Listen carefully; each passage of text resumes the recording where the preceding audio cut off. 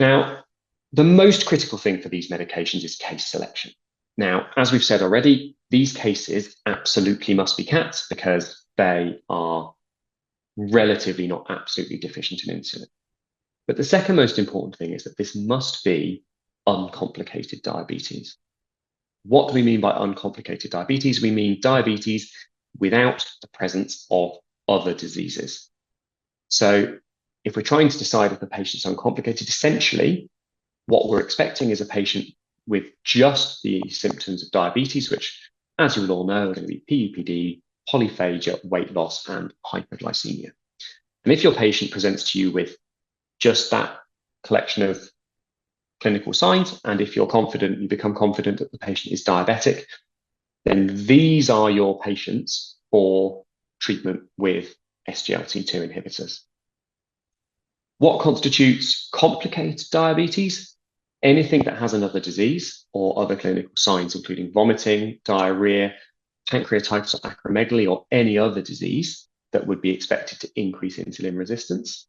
Anything with greater than IRS2 CKD, anything with liver disease, thyroid disease, or, I'll be completely honest, anything else. Because the moment we change or we add to our insulin resistance, we increase the risk of using these medications quite significantly. The biggest red line for use of these medications is DKA. And any patient that's had DKA or that's showing signs of DKA must not be given these medications. That's because they've effectively demonstrated that they can't produce enough insulin for themselves. And so treating them with SGLT2 inhibitors is highly likely to lead to them going into DKA again. So they must be non-insulin dependent to avoid DKA. But that brings some challenges because how do we know who's insulin dependent? We need to know that they don't require exogenous insulin, but how are we going to do that? And there's no easy way to measure that. But the best option that we have to do so is measurement of ketones, because ketones are produced effectively when the body is sensing that there is not sufficient glucose, and therefore they're needing different energy sources. And in diabetes, that occurs when there's not enough insulin to get that glucose into the cells where it's needed. So to define whether our patients are insulin dependent or not, ketones are the marker. Now, we need to talk about ketones because there's different ketones available, but the one that we're going to look at is beta-hydroxybutyrate. Now, this slide here is probably the most important slide in this whole presentation. And that is because these are the rules for the use of these medications. Now, because there's no single test defining insulin dependence, the presence of blood ketones is the best surrogate marker. In our case, that's going to be beta-hydroxybutyrate. And that means that all cats considered for use of SGLT2 inhibitors must have their ketones measured.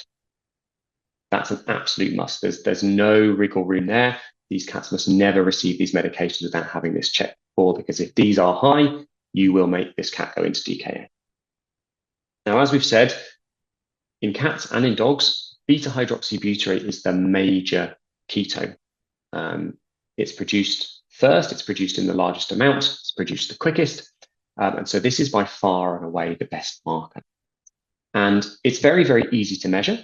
Beta-hydroxybutyrate can be measured using a handheld meter. They look a lot like the glucometers. They work in a similar way with a little test strip with a drop of blood, and they will give you an accurate reading of the beta-hydroxybutyrate levels within a matter of seconds.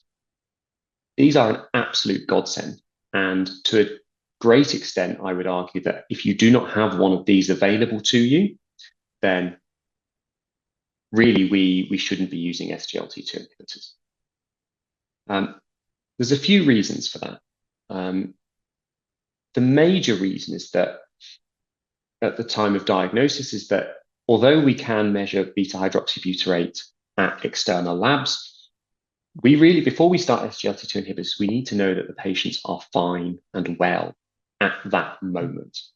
Now, if we think about measuring ketones at an external lab, you might take your sample on a Wednesday, send it off, or your blood's on a Wednesday, send them off to the lab, you get back that the cat's hyperglycemic and diabetic on Thursday.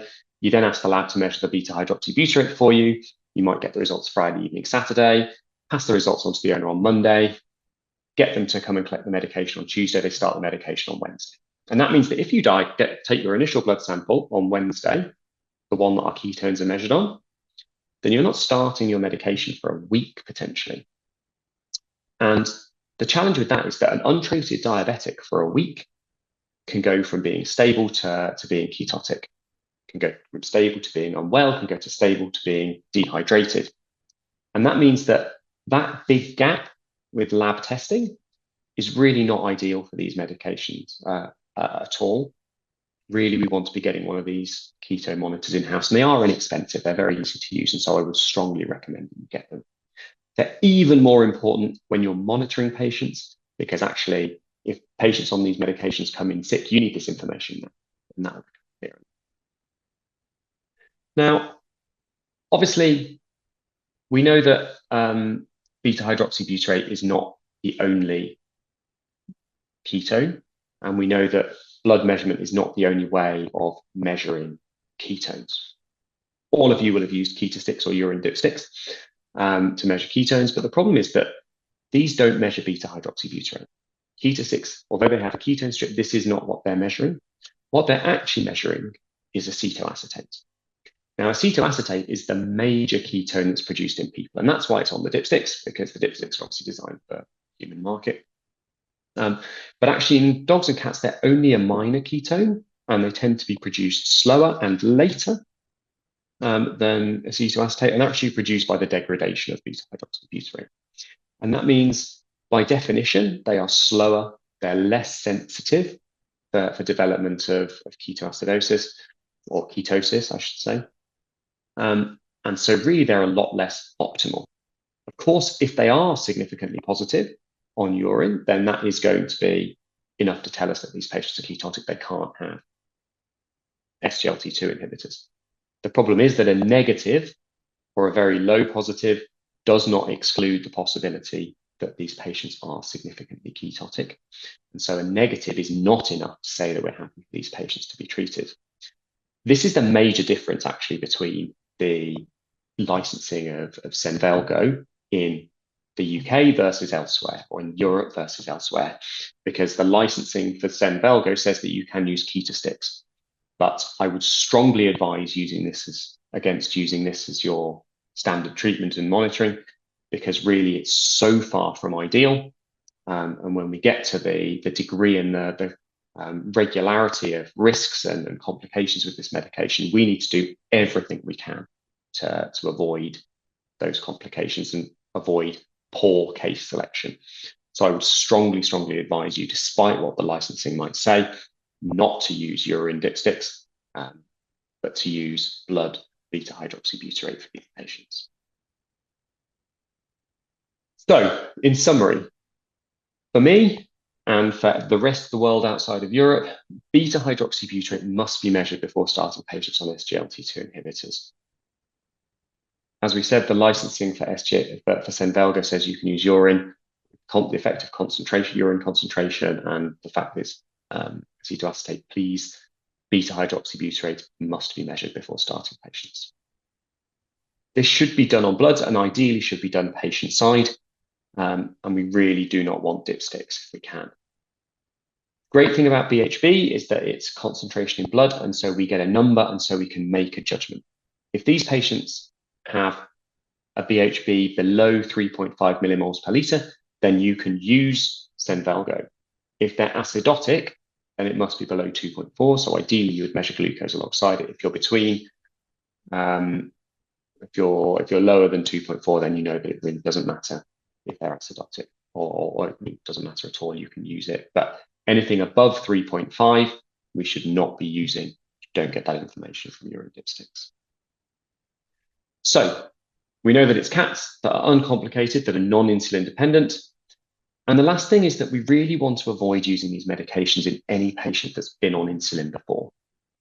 And that is because we know very, very clearly from the studies of both medications that having been on insulin before vastly increases your risk of development of diabetic ketoacidosis on this medication. And so from a risk point of view, we would ideally, once patients are on insulin, if they've needed it or if they're on it, they should remain on it. The major, I guess, consideration, the major reason for some of that is going to be that once they're on insulin, you have no way of establishing whether they're insulin dependent or not. So, they shouldn't have any ketones, so you can't test it. And so the risk of them developing DKA is just too high. There is a note in the Senvelgo datasheet that says that you can contact them to discuss when you can do this, when you can't do this.